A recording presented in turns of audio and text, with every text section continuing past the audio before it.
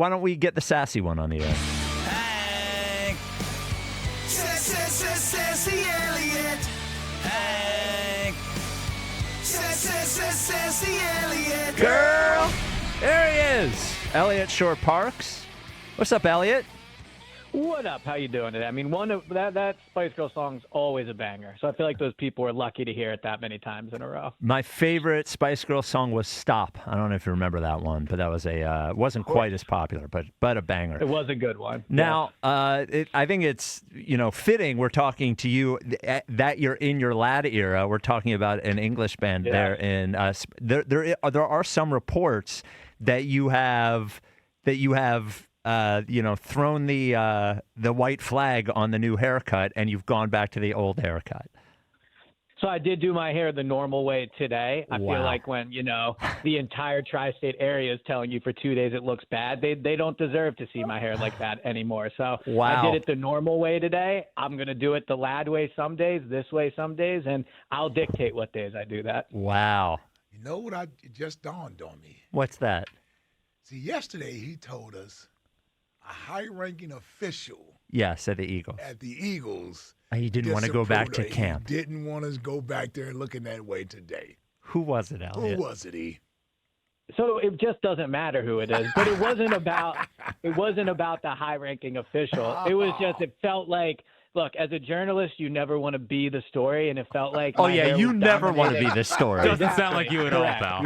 Yeah, that's the first thing I learned in Temple journalism school. So it felt like my hair was overtaking practice. It was all anyone was talking about, all anyone was looking at. I felt my radio hit yesterday wasn't as good, so today I needed to go back to the regular me. But don't worry, the lad era is not over. I don't know if you saw, but I did use AI to give Jalen Hurts your haircut, Howie Roseman your haircut, and a young Nick Sirianni your haircut as well. Well, we all looked good in that haircut because it's a good haircut. So it looked good on anybody. So he said it's not Jeffrey Lurie. That brings us to one of three, I think. Oh, it's Big Dom. Sirianni, Big Dom, or Howie. Those are the only three, right? It was Big Dom. There's no way Big Dom is playing with that haircut. No.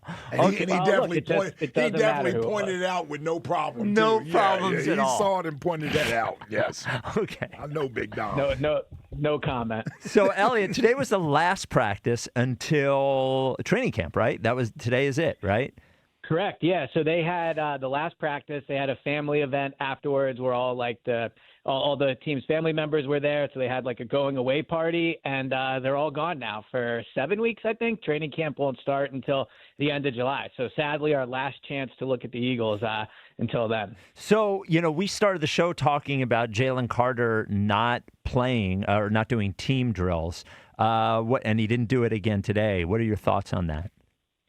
Yeah, so didn't do team drills again today. He is at practice. He's doing some individual stuff. He has a jersey. He has a helmet, but not doing team reps. Nick Sirianni was asked about it today in his press conference, and I thought he kind of dodged the question. He didn't really want to say what the reasoning was.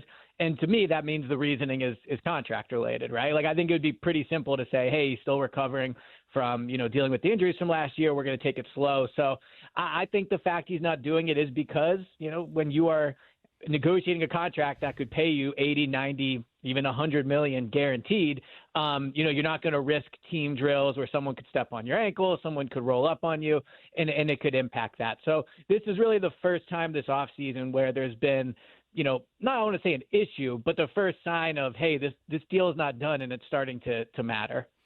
Okay, so what'd you see out there today?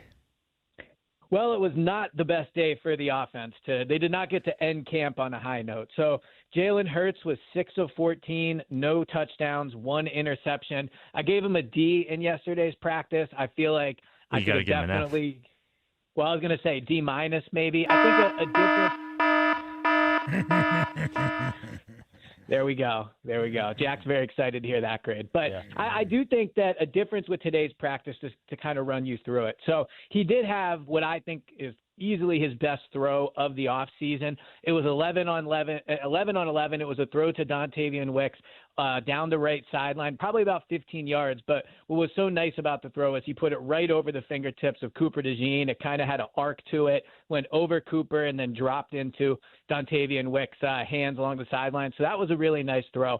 But the issue is that was kind of the only highlight. The final 11-on-11 sequence of the day, the first play, he was sacked. The second play, he threw the ball right to Tyreek Woolen. Now, that was not an accuracy problem. I thought the interception he threw looked like Tyreek Woolen just read the play and made a really nice jump on it, but it was right to him. Like, no receiver was within 2 yards of him. And then he had 2 incompletions to end the day to E.J. Jenkins, and his last one was incomplete as well. So, look, part of it is that he did not have Devontae. He did not have Mekhi Lemon today. Devontae didn't practice because of personal reasons, but 6 of 14, no touchdowns, 1 interception. Like, we can talk about the offense being behind the defense all we want. There are still a lot of high-paid players on that offense, and they did not play well today. So it was not a good day. Well, I am going to maintain that I am not going to be worried about this until the end of camp. I would rather Got to go through it, man. If the numbers were good, I would be suspicious that they weren't doing any of that they weren't trying anything. And I think this is one of the things we said about not having AJ there and having Jalen be comfortable with failure is I'm not super optimistic that he'll be great at it, but I know being great at it will not come without failing at it first. So I will continue to be optimistic there. Yeah, and iron sharpens iron. There you go. They're going against one of the top defenses every day. A top defensive mind, and they're getting it handed to them right now. Should make them better. They're competitors. It should make them better. You know, I got to be honest. This isn't a shot at AJ, but AJ was here. The 2 years the passing game wasn't that great also. So, I mean, they got to change some things up. It can only go up from here. So I think that the point you made about the defense, I think is the real thing to hold your hat on. Like, the offense not playing well, yes, they're learning an offense. I get that those are, like, all those things are true. Mm-hmm. They should still be able to complete passes, right? It's training camp. Like, there are always options available, sure. All that. I think what you're saying about the defense being great, that is probably the best reason why this maybe doesn't matter. I mean, Tyreek Woolen was all over the field today. He had a sack. Like I said, he had an interception. He had good coverage on a deep pass, I think was overthrown by Jalen, but it was still a deep pass. It was to Elijah Moore, so a bit of a height disadvantage there. Yeah, but just a little bit. Yeah, a little bit. So it was good coverage. So Tyreek Woolen has been awesome. Like, Quinion, the best compliment I can give him is, like, I don't think I've noticed anything, and that's because they never throw the ball his way. Like, whoever he's covering is just not getting targeted. So I do think the defense is definitely looking like a unit. Jeremiah Trotter Jr., I think, has been awesome. He has an interception during the offseason workouts from what I saw. He's all over the field.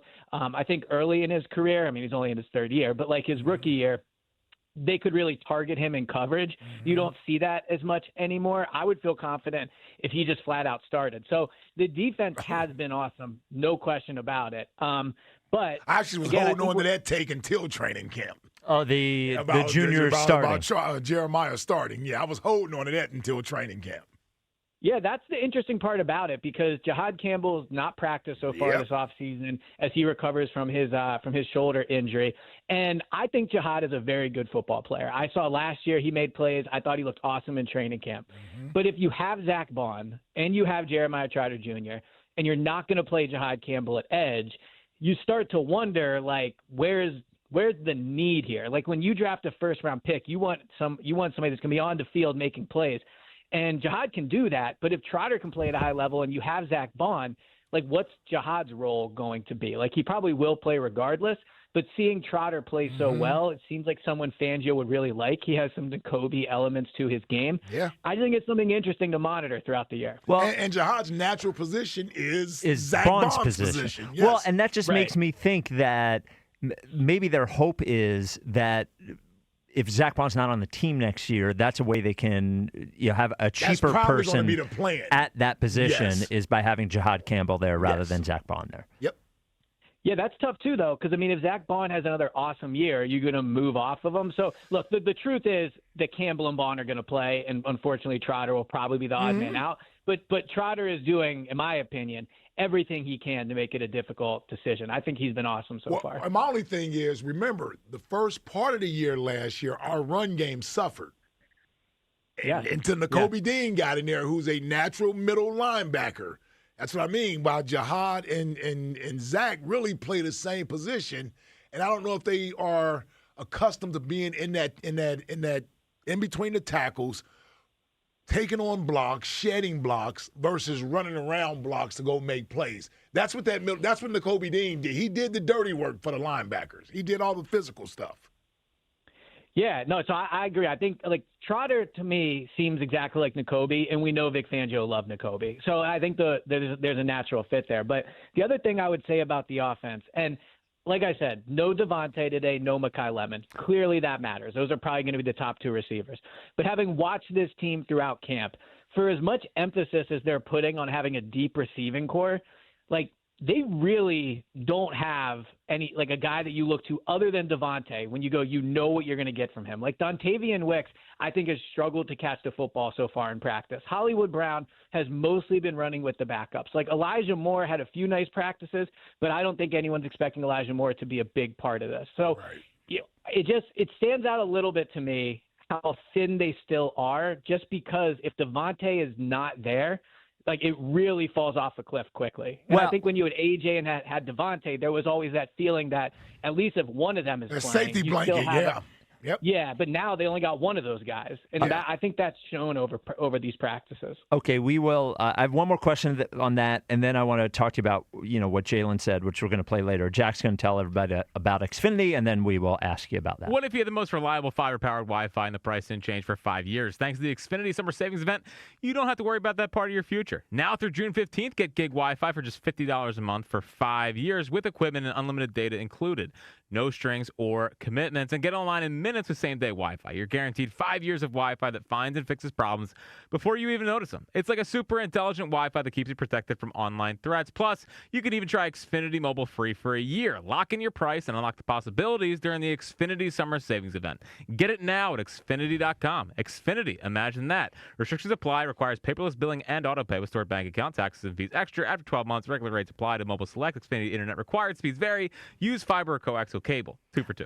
I also think it is an argument, again, for the floor-raising offense, if they can run it, we saw the 49ers last year without any game-changing receivers go up and down on our defense when they needed to. So, now they did have Christian McCaffrey, which is he counts as a receiver in that. And he got a great play caller. Yes. Play designer. Yes. Yeah.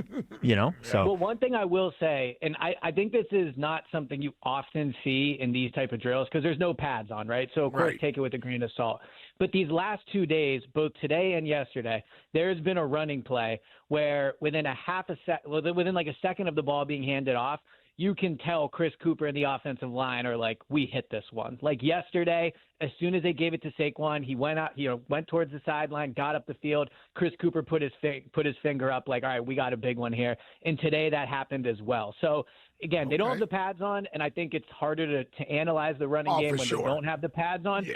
But I think what's encouraging about it as opposed to past years is they are learning a new system and a new style of blocking. And so the plays where you can tell they're like, hey, we really hit this one, like those are encouraging signs.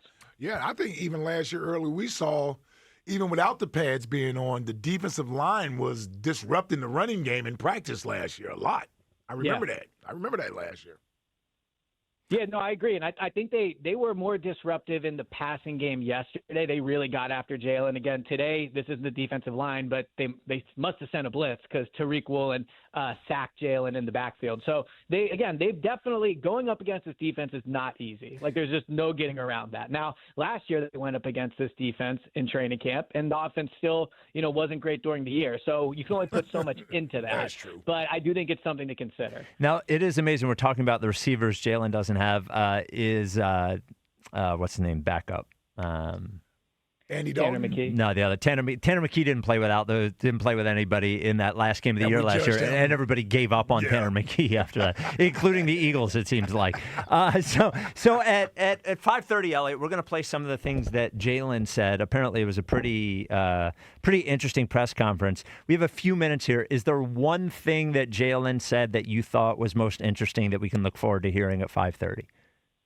Yeah, so he was given a chance to respond to the ESPN article. Obviously we've talked about that a bunch. And he basically passed on that opportunity saying he didn't want to respond. He was then pressed a little bit on who made that fourth down call against the Niners, the 4 verts play that drives everyone crazy. And you guys can give your interpretation of it. I thought he said pretty clearly he didn't make that call. So that's noteworthy. And then he was asked about AJ, but he kind of took the high road. So I think overall, Jalen was back to being a little like short up there where he was not diving into all these topics. All right, Eliot. Well, you can get the Go Birds podcast wherever you get your podcast, Go Birds Daily. I imagine we'll have a complete wrap-up of today's practice, which will be great. And you can sign up for Go Birds Insider, where you can talk directly to Eliot and tell him whether you think you should go back to the old haircut or not. Sign up right there. You get your daily email and special secret podcasts as well. Congratulations on the decision to go back to the old haircut, Eliot. We're all celebrating. I mean, here's what I will say. I'm going to keep wearing the other hair, but, man, I look good with this hair too. Like I felt good today. Well, so it felt good to have it back. But it'll do the other one too. Well, I'm going to give you this opportunity, and I assume you're not going to take it. But if you want to take a mulligan on the new haircut, I will promise to never bring the lad era haircut up ever again. You could never wear it, but you have to take the mulligan right now and not wear it anymore. Are you taking the mulligan? Absolutely not. For 2 reasons. One, I'm going to wear the hair again. And 2, there's no shot you'll never bring it up again. There's literally no shot. You can promise it all you want. I know it'll come back. So That's true. That's a very good point, Eliot. All right, there he is, the great Eliot Shorr-Parks.